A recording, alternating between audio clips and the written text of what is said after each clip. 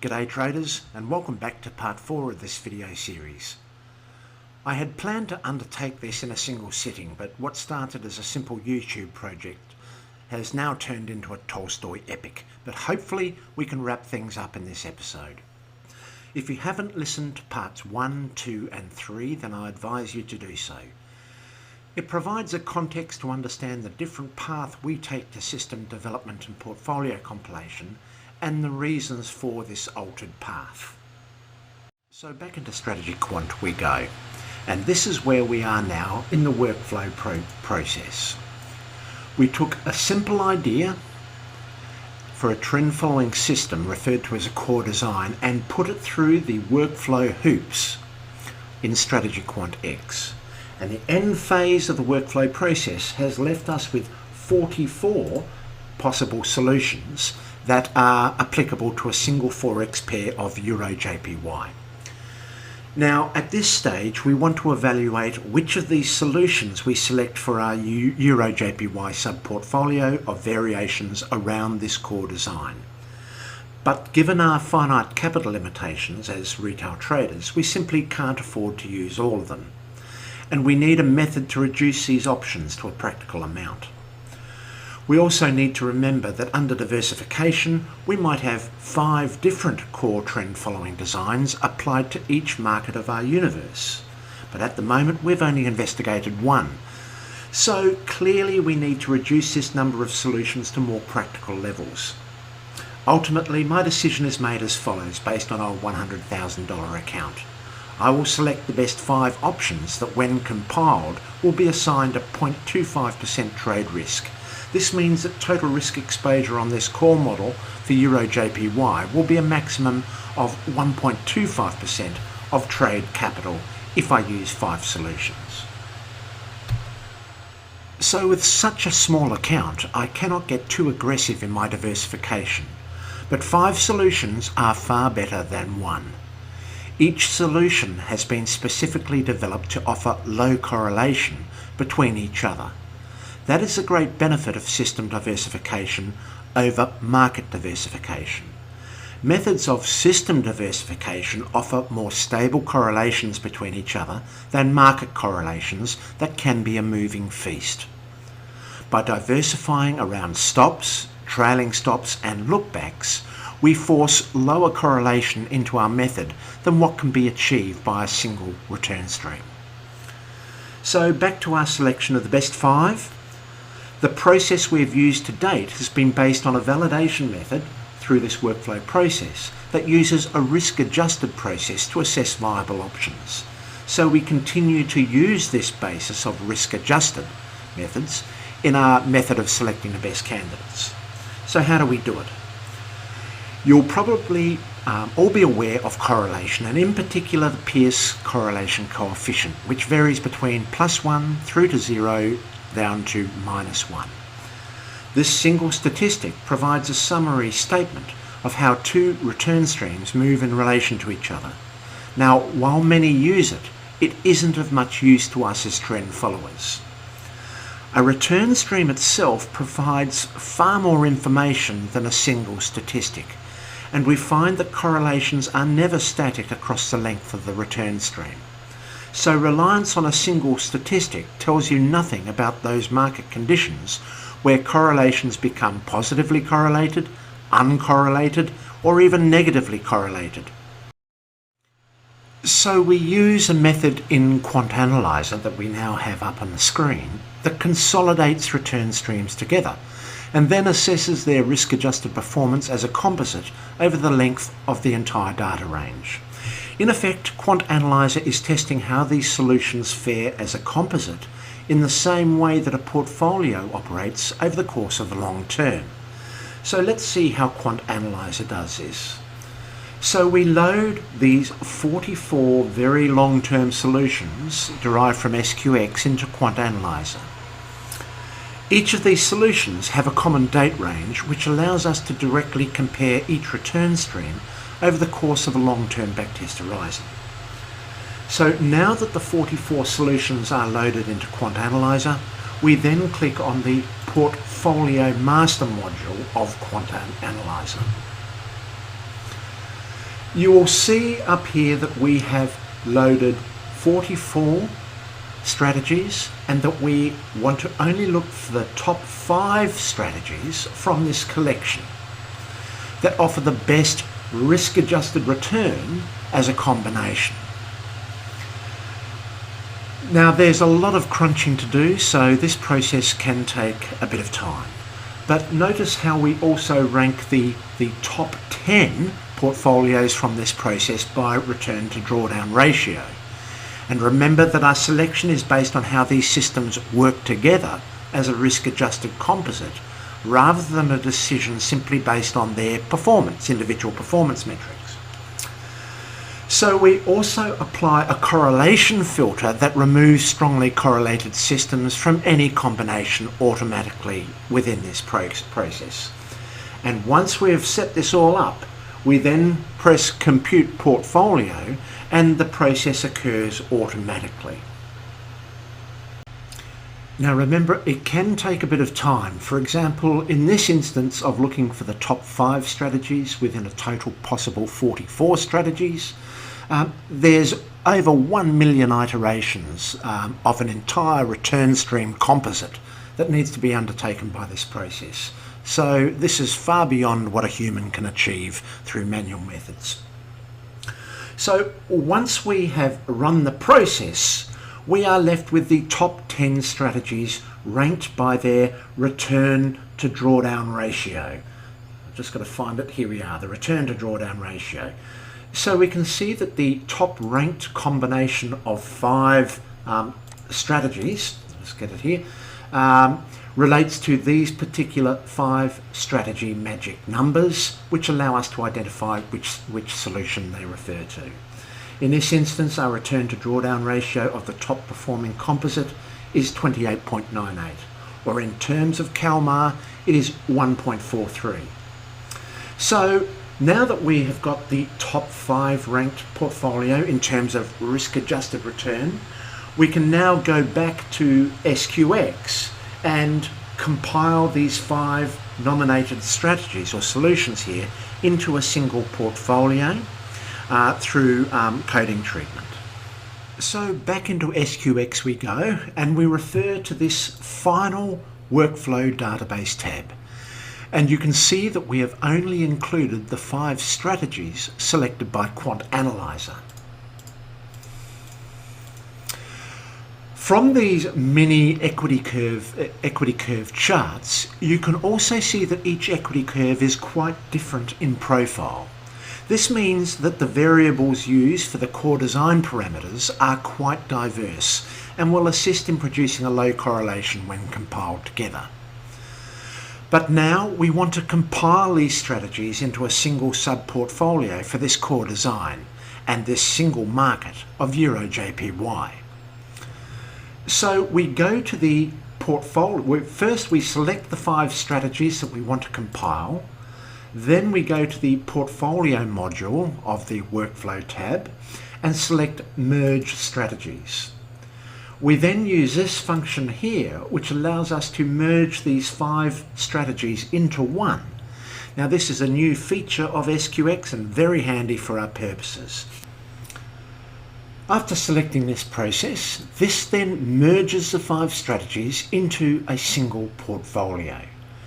And then we can go to the source code of that portfolio here and select which platform we wish to apply it to. And in this case, we want to apply it to MetaTrader 4. Over here we can see that we can apply a range of different money management methods to this particular strategy, and in this instance we're going to be applying a risk fix percent to the balance of our portfolio. So once we've determined our money management method, we then come over to here and go Save to File. This therefore allows us to save our portfolio in MQL language, or for MetaTrader 4, and we assign a name to it that identifies what this sub-portfolio relates to. So in this case it's EUR/JPY on the daily time frame, using the Donchian breakout with an ADX rising condition, no profit target, and in this case five strategies are included, and we're using the percent balance method. So we save it, and in this case I've already saved it already, so I'm not going to overwrite it. So that's it. Now we can move off SQX into our MetaTrader environment. Now fortunately we're back on our quieter and my favourite PC. So the audio should be getting better now. Now it's very important to validate the results derived from SQX on your native platform for a variety of reasons. It helps to identify if any execution bugs are present in the code. It ensures that the broker's costs are correctly reflected in test results, and provides a baseline backtest for comparative purposes when you take this sub-portfolio to the demo or live trading environment. Now, SQX does not incorporate holding costs, or in our retail world, swap costs of these leveraged instruments. And this can have a large bearing on how these strategies perform under real live trading conditions. By ensuring that you have a final test of your solution using current costs assigned to your SQX solutions, you won't get any nasty shocks when you suddenly find that for some reason your long trades or short trades won't execute by virtue of some real condition in the market that you won't see in the backtests. For example, in the recent crude oil plunge to negative territory in March 2020, the long swap costs skyrocketed associated with the super contango experienced in the underlyings of these CFD derivatives, which would have made any possible long strategy at that time unprofitable, despite being very profitable in a backtest. This step of the testing process, taking SQX onto your native platform, is therefore critical to impart more reality into those hypothetical backtest results. So now let's apply the sub-portfolio we generated on SQX across a long-term backtest on our Pepperstone platform. So in this case we select the algorithm, which in this case was created by SQX, which we've seen previously. We're choosing the instrument EUR-JPY.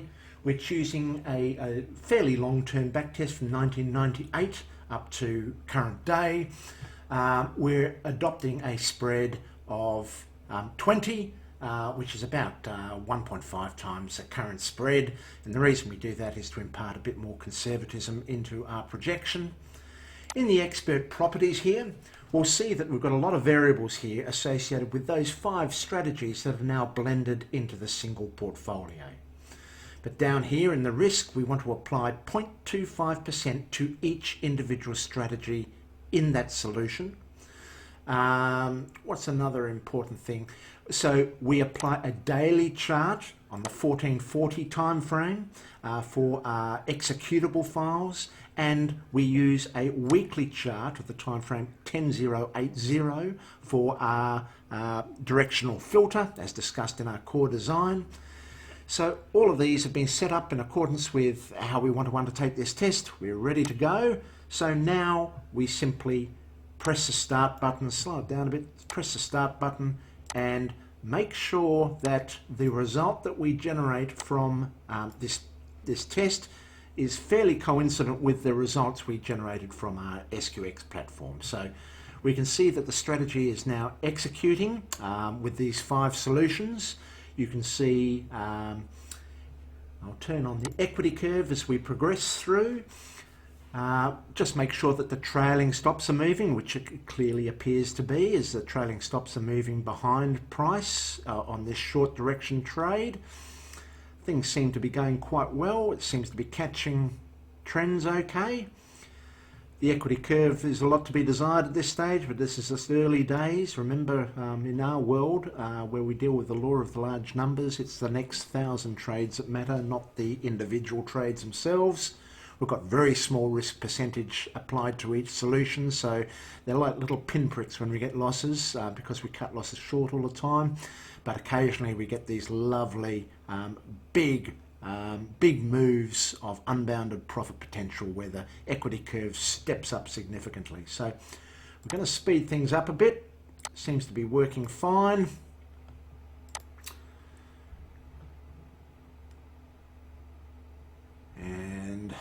there's a nice little step up here. This green line represents our unrealised or our floating equity. You can see that it always sits above our realised balance line. That's an indication that we have positive skew in this system. So there we go. We've got a nice back test, a long-term back test, fairly volatile, but a very nice equity curve. Let's blow this up a bit. So we can see that we've got numerous little step-ups in positively trending conditions here. Everything seems good. We've got a nasty little drawdown in this phase here, but what we do find over the course of this is that we have a robust solution and we have a fairly recent nice trajectory in light of the fact that we keep our portfolio sharp by ensuring that these processes that we undertake and that we've demonstrated in the last 4 episodes are undertaken on a 6-monthly basis. And therefore each 6 months we replace our algorithms with the new generation of algorithms developed by this process. So let's look at the results. So here we go. We've got a very nice profit factor for this particular sub-portfolio solution for this core design, 2.13. Relative drawdown, well, it was tiny, 2.57. But remember, this is one of a composite of solutions that we generate through this workflow process. So now the process that we've shown you to date, looking at a single core design and how we compile that the 5 solutions within that core design into a single sub-portfolio, we do that for a variety of different core designs. So when we blend all of these together, the total exposure on the portfolio progressively lifts, but a lot of those drawdowns offset each other due to their non-correlated nature. The result is a very powerful combination portfolio that spans across markets and across systems. So you might not be used to these particular very small drawdowns at 2.5% and very low returns, but this is exactly what we need for each individual solution. We want robust single solutions that when compiled together, and then we further undertake this Quant Analyzer process where we iterate all of our different sub-portfolios together into combination portfolios, which is a very similar process to that which we've already described just earlier.